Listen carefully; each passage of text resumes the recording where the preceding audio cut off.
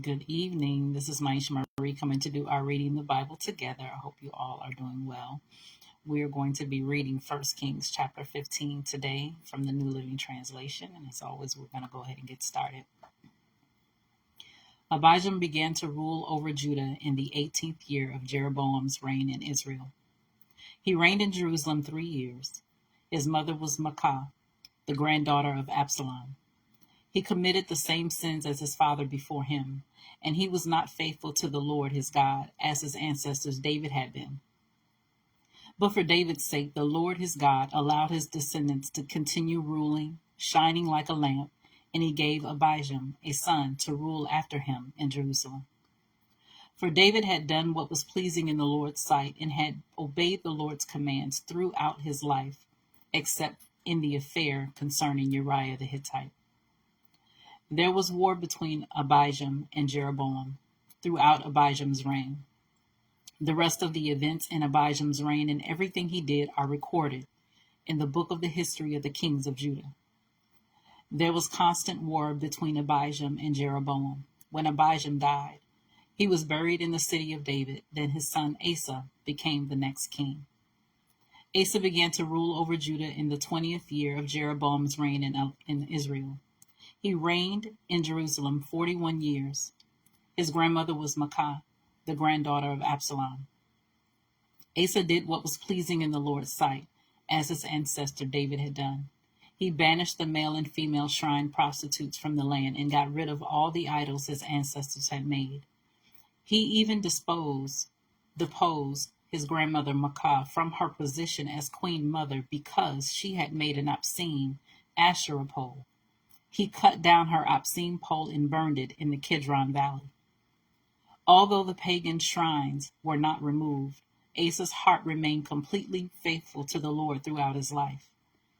He brought into the temple of the Lord the silver and gold and the various items that he and his father had dedicated. There was constant war between King Asa of Judah and King Baasha of Israel. King Baasha of Israel invaded Judah and fortified Ramah in order to prevent anyone from entering or leaving King Asa's territory in Judah. Asa responded by removing all the silver and gold that was left in the treasuries of the temple of the Lord and the royal palace. He sent it with some of his officials to Ben-Hadad, son of Taberman, son of Hazael, the king of Aram, who was ruling in Damascus, along with this message: There will be a treaty between you and me like the one between your father and my father. See, I am sending you a gift of silver and gold. Break your treaty with King Baasha of Israel so that he will leave me alone. Ben-Hadad agreed to King Asa's request and sent the commanders of his army to attack the towns of Israel. They conquered the towns of Hajan, Dan, Abel Beth Bakah, and all Kinnereth, and all the land of Naphtali. As soon as Baasha of Israel heard what was happening, he abandoned his project of fortifying Ramah and withdrew to Tirzah. Then King Asa sent an order throughout Judah, requiring that everyone without exception help to carry away the building stones and timbers that Baasha had been using to fortify Ramah. Asa used these materials to fortify the town of Geba in Benjamin and the town of Mizpah. The rest of the events in Asa's reign, the extent of his power, everything he did, and the names of the city he built are recorded in the book of the history of the kings of Judah. In his old age, his feet became diseased. When Asa died, he was buried with his ancestors in the city of David. Then Jehoshaphat, Asa's son, became the next king.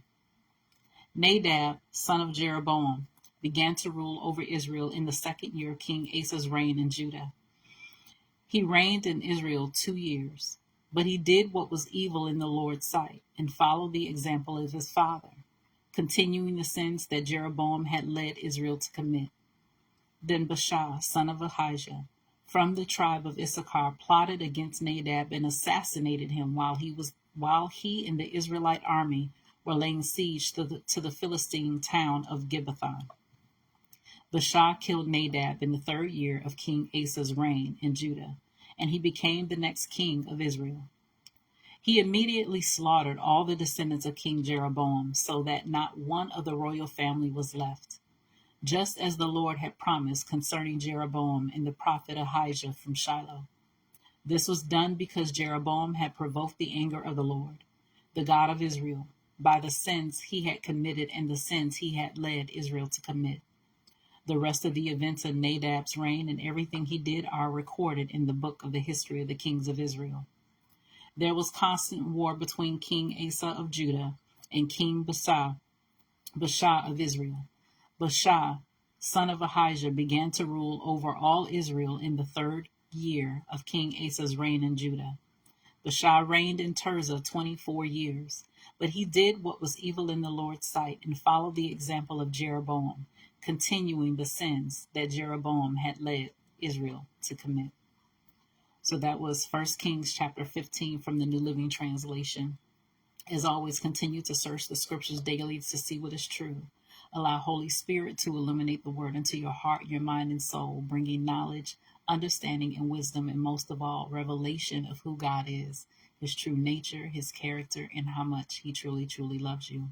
You guys take care. God bless, and until next time. And don't forget to like and subscribe to our new YouTube channel, which houses all of my previous videos from reading the Bible together, my new videos that I've been doing of notable moments, as well as some others that I've been doing over the years. They're all housed now on Myesha Marie Langry, my YouTube channel. I'll make sure that I have the link in the comments for those that are watched to the end.